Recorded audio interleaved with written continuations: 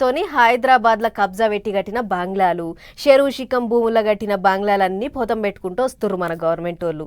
అటు జిల్లాలలో కూడా పోడు భూముల్లో బంగ్లాలు కట్టుకున్న వాళ్ళని దొరకబట్టి ఉన్న కాడికి కూలగొట్టిర్రు మొన్ననే. అట్లనే ఈ కూలగొట్టుడు మన కాడి నుంచి ఆంధ్రాకు కూడా పాకింది. ఆడ కూడా ఇదే కథ.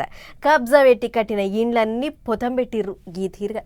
అటు పోలీసోళ్ళు ఇటు పబ్లిక్ ఓరోకు ఇండ్లు కూలగొట్టుడు, ఇంకో రోకు అడ్డం తిరిగిన అమ్మలక్కల్ని రెక్కలు పట్టి గుంజి బస్సులెక్కిచ్చుడు.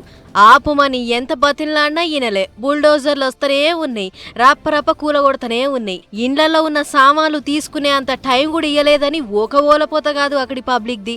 గుంటూరు మోతీలాల్ నగర్లో ఇది పరిస్థితి. రైల్వే శాఖ చోట్ల ఇళ్లు కట్టుకుర్రట. కొంతమంది గోడలు లేపి రేకులేసుకుంటుంటే ఇంకొంతమంది ఏమో టాపులు పోసి కట్టుకుర్రు ఇండ్లు. ఏండ్ల కమానం కెంచి ఈడ్నే ఉంటున్నామని ఇండ్లు పోయినోళ్ళు అంటుంటే, లేలే ఇది సర్కార్ భూమి, బాజప్తా ఖాళీ చేయాల్సిందేనని పోలీసోళ్ళని ఎంబడేసుకొని వచ్చిర్రు రైల్వే ఆఫీసర్లు. వచ్చుడుతోనే ఇండ్లలున్నోళ్లను బయటికి గుంజి జేసీబీలతోని రప్పరప్ప కూలగొట్టిర్రు.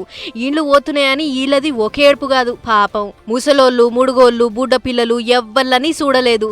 బయటికి గుంజుడే, ఇండ్లు పొతం పెట్టుడే, చేసేదేం లేక ఆ కొసకెంచి ఇండ్లు కూలగొడుతుంటే ఈ కొసకెంచి ఇండ్లలున్న సామాన్లు బయటికి మోసుకుంటుర్రు పాపం. చల్ గట్లెట్లా కూలగొడతారని ఎర్రనలు అడ్డం పోయిర్రు గాని ఆయన ఏం ఫాయిదా లేదు. కానీ ఇన్నేళ్ల సంది గిన్నిగానం ఇల్లు కడుతుంటే ఆఫీసర్ల కళ్లకు అవపడకుండా వచ్చినా సరే, అవన్నీ సర్కార్ జాగాల్లో కట్టుకున్న ఇళ్ళైతే వాళ్ళకేదన్నా ఆసరా చూపెట్టినాక కదా సార్లు కూలగొట్టాల్సింది.